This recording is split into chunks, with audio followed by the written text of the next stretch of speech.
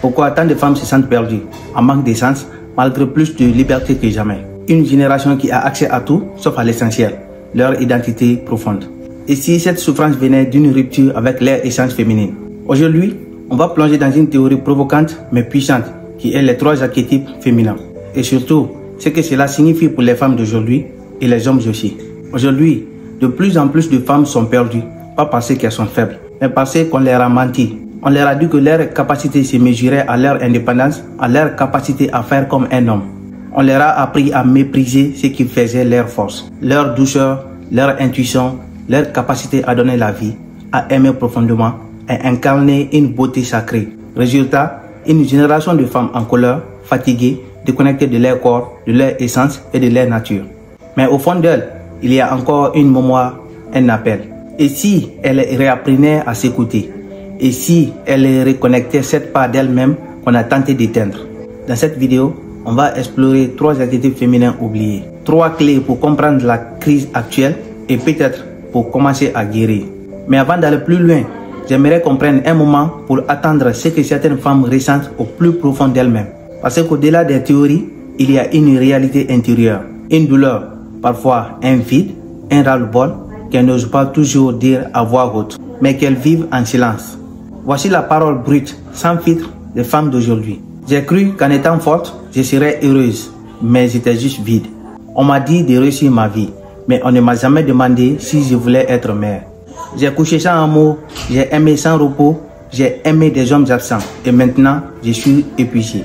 J'aimerais pleurer, mais j'ai oublié comment on fait. On parle de libération, mais je me suis rarement sentie aussi prisonnière. On m'a volé ma féminité et je ne sais plus comment la retrouver. Je veux aimer profondément, mais je ne fais plus confiance à personne. Je croyais que le pouvoir, c'était d'être seul. Aujourd'hui, je rêve juste qu'on me tienne la main. Et peut-être que toi, en tant que femme, tu t'es reconnu dans l'une de ces phrases. Ou peut-être que toi, en tant qu'homme, tu viens de comprendre ce que personne ne t'a jamais expliqué. Ce qu'on vient d'attendre, ce n'est pas juste de la douleur. C'est le cri d'un désalignement profond. Une fracture intérieure entre ce qu'une femme est profondément et ce que le monde attend qu'elle soit. Alors, la question qu'on peut se poser maintenant, c'est qui sont vraiment ces femmes? Et si, derrière toutes ces souffrances, il y avait des archétypes oubliés, étouffés ou reniés, des visages profonds de la féminité que notre époque moderne rejette ou caricature. Ces visages, on peut les regrouper en 3 grandes figures, 3 archétypes puissants. La femme mère, la femme amante et la femme sacrée. La femme originelle, la mère, celle qui donne la vie. C'est la figure nourricière, protectrice, stable, centrée sur la famille, l'éducation, la transmission. Elle n'est pas soumise, elle est fondamentale à la structure du foyer, du clan, historiquement présente dans toutes les civilisations. Matriarche puissante, reine-mère, gardienne du foyer. Principalement, elle a une qualité d'ancrage émotionnel, du sens du sacrifice et de l'amour inconditionnel, de la construction d'un univers de sécurité. Quels sont ses équilibres personnels?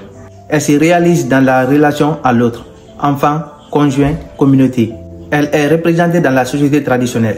Aujourd'hui, elle est souvent moquée, voire méprisée. Quelles sont les réserves modernes de cette équipe? Le féminisme radical a diabolisé la mère au foyer, vue comme soumise. Résultat, culpabilité chez elles qui veulent juste être mère. Désorientation émotionnelle, femmes arrachées à leur instinct maternel sans repère. De nombreuses femmes disent ressentir un vide, une angoisse liée à l'horloge biologique sans comprendre pourquoi. Elles veulent des enfants, en même temps ont peur de s'oublier ou de sacrifier leur liberté. Mais la vraie liberté c'est quoi? Ne pas avoir d'enfants ou avoir le choix de s'accomplir à travers eux sans jugement? Et le deuxième archétype est la femme amante, la sensuelle, celle qui attire et séduit. La femme libre, magnétique, connectée à son corps, son désir et à sa beauté. Elle incarne l'énergie érotique, la pulsion de vie, la passion. Dans l'Antiquité, on la retrouvait chez Aphrodite, Ishtar ou la Geisha. Ses qualités principales, liberté d'être soi, puissance de l'attraction, affirmation de soi, expression du plaisir, connexion au rythme naturel, à la sensualité sacrée. Quel est le pouvoir et le danger de la femme amante? La femme amante est puissante, mais elle est fragile. Si elle se dissocie de l'amour et du respect, elle devient objet. Risque de tomber dans la sexualité vide, les validations superficielles. Dans notre société hyper sexualisée, on glorifie son image et on nie son âme.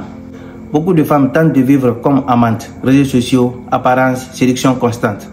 Mais sans cadre, sans conscience, cela crée du vide, de la dépendance affective, de la frustration.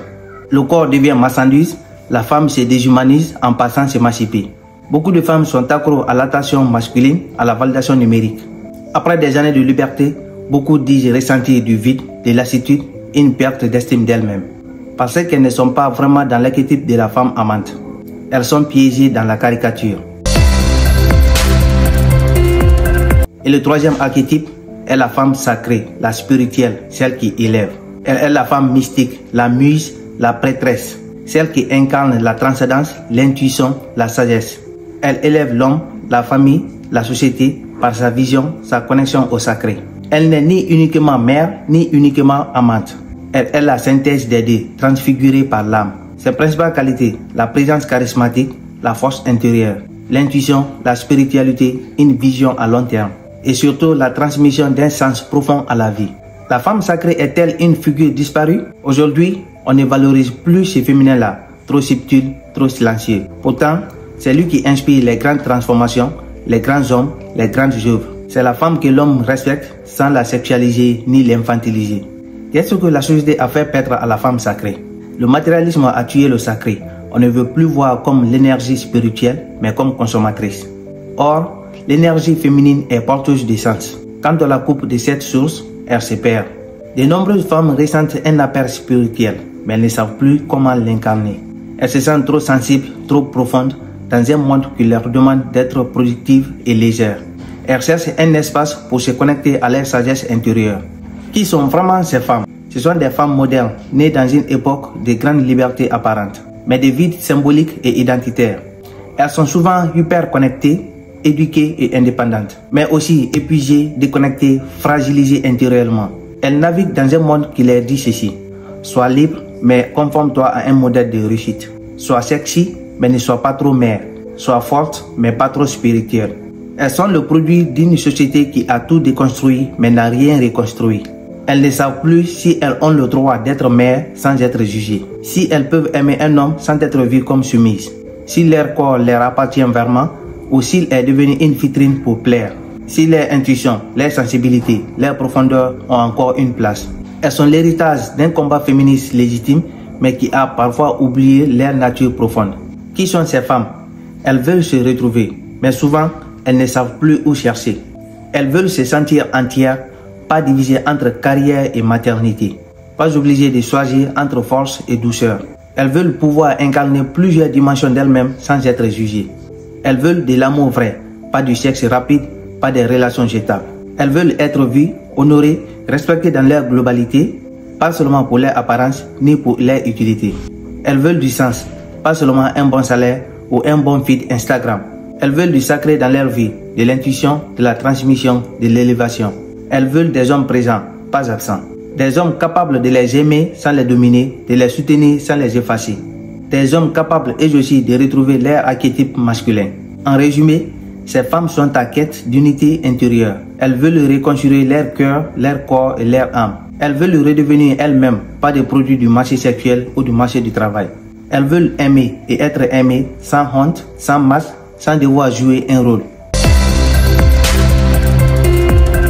Elles sont coupées de ces archétypes souvent dès l'enfance. Elles pensent qu'elles doivent tout faire, tout incarner, tout réussir et tout ça toutes seules. Le féminisme moderne les a libérées de l'homme, mais pas du vide existentiel. Les réseaux sociaux les poussent vers la caricature de l'amante. La société méprise la mère et ignore la sacrée. Résultat, un profond mal-être, une perte de repères, un burn-out émotionnel, une sexualité vide, une maternité refoulée, une spiritualité marginalisée. Comment reconnecter à son essence? D'abord, 1. Comprendre que ces archétypes sont complémentaires. Tu peux être une mère, une amante, une femme sacrée dans une même vie. 2. Accepter ton rythme. Tu n'as pas à être en guerre contre toi-même. 3. Reconnecter à ton corps, à ton cœur et à ton intuition. Et 4. Créer une vie alignée avec tes valeurs profondes. Pas avec les injonctions d'une société en crise. Si cette vidéo t'a plu, sois gentil de liker. N'oublie pas de t'abonner et de partager à quelqu'un qui va avoir une idée sur les archétypes féminins. A très bientôt pour une nouvelle vidéo.